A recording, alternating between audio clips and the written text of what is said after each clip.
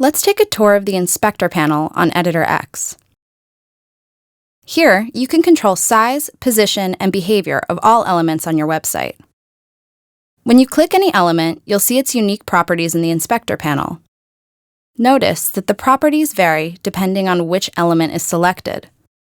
Let's scroll to see the available properties for an image. Here at the top of the panel are your alignment options. Click the different icons to realign your element. Below, you can control how your elements resize across all breakpoints. By default, images are set to scale proportionally with the viewport. Select Fixed to measure your image in pixels. As you change the viewport, it stays exactly the same size. To change it to Fluid, deselect Scale Proportionally. Now, the image will keep the same height but change its width in % in relation to the viewport. When it comes to how an element is measured, you have 4 different units: pixels, %, which is a percentage of the element's parent container, and VH and VW, which are percentages of the viewport height and width. To further explain viewport width, let's set the width of this image to 50 VW. When you change the viewport size, the image will always fill half of the viewport width. This is different from %. This image is sitting inside a container. Let's set the width to 50%.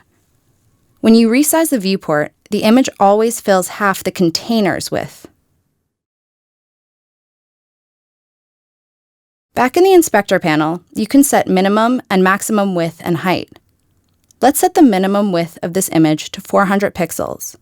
When you resize the viewport, the image width will never get smaller than that. When you add an element, it auto-docks to the closest edge.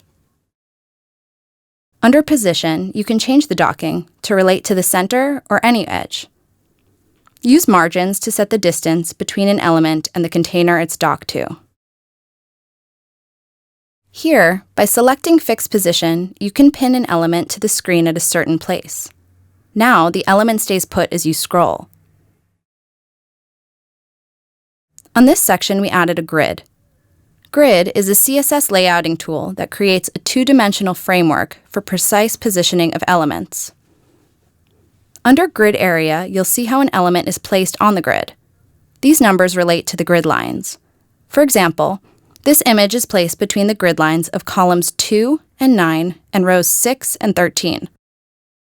By changing these numbers, you can extend the image to fill other areas of the grid.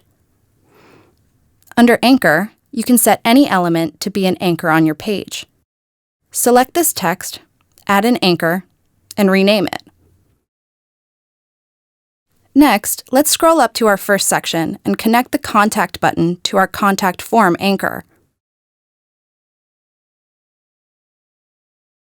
Now, when you click the Contact button on the top of the page, it scrolls down to that anchored text at the bottom. When you're not using the Inspector panel, you can close it, so you have more space to design. Editor X is an advanced creation platform. To master it, continue watching this series of video tutorials.